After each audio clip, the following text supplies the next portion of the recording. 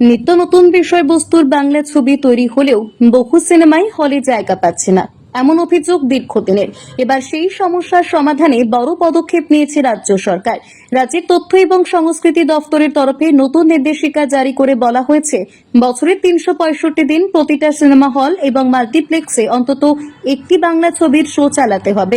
এতে নতুন করে ভিড় বাড়ার স্বপ্ন দেখতে শুরু করেছেন শিলিগুড়ির সিনেমা হলগুলি। প্রাইম টাইম শো অর্থাৎ দুপুর 3টে থেকে রাত 9টার মধ্যে বাংলা সিনেমার স্ক্রিনিং বাধ্যতামূলক করা হয়েছে। বিগত কয়েক বছর ধরে বাংলা ছবি সিনেমা হলে জায়গা না পাওয়ার অভিযোগ বেড়েছে। মাল্টিপ্লেক্সের দাপটে সিঙ্গল স্ক্রিন কমে যাওয়ায় সমস্যা আরও বেড়েছে। দর্শকরা সোশ্যাল মিডিয়ায় বারবার জানিয়েছেন অনেক ভালো বাংলা ছবি তারা দেখতে পারেননি, কারণ তা নিকটবর্তী হলে আসেনি। এই নির্দেশিকা জারি হতে শিলিগুড়ির সাধারণ মানুষ, সিনেমা হলের কর্মীরা এবং আশেপাশের দোকানদাররা খুশি।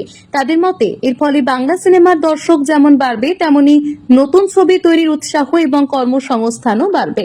অ্যাকচুয়ালি আমাদের নিউ সিনেমা হলটা শুধু বাংলা মুভি বেশি চলে এবং আমাদের এই দেবের বইটাতে ক্রাউড আরও বেশি হবে এবং প্রত্যেকটা হলে বাংলা বই একটা করে চলানো দরকার। আর বাংলা আমাদের হচ্ছে কালচার, বাংলা নিয়ে আমরা থাকতে চাই আর বাংলা মুভি বেশি করে চলাতেও চাই।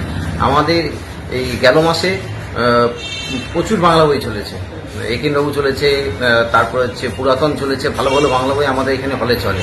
আর বাংলা বই আমাদের নিউ সিনেমা হলে ক্রাউড এমনিই বেশি থাকে, আরো বেশি দর্শক হবে। রাজ্য সরকারের সিদ্ধান্তে আরো বেশি দর্শক হবে এবং আসবে। মোহন কর্মকারের রিপোর্ট, পাহাড়িয়া টাইমস।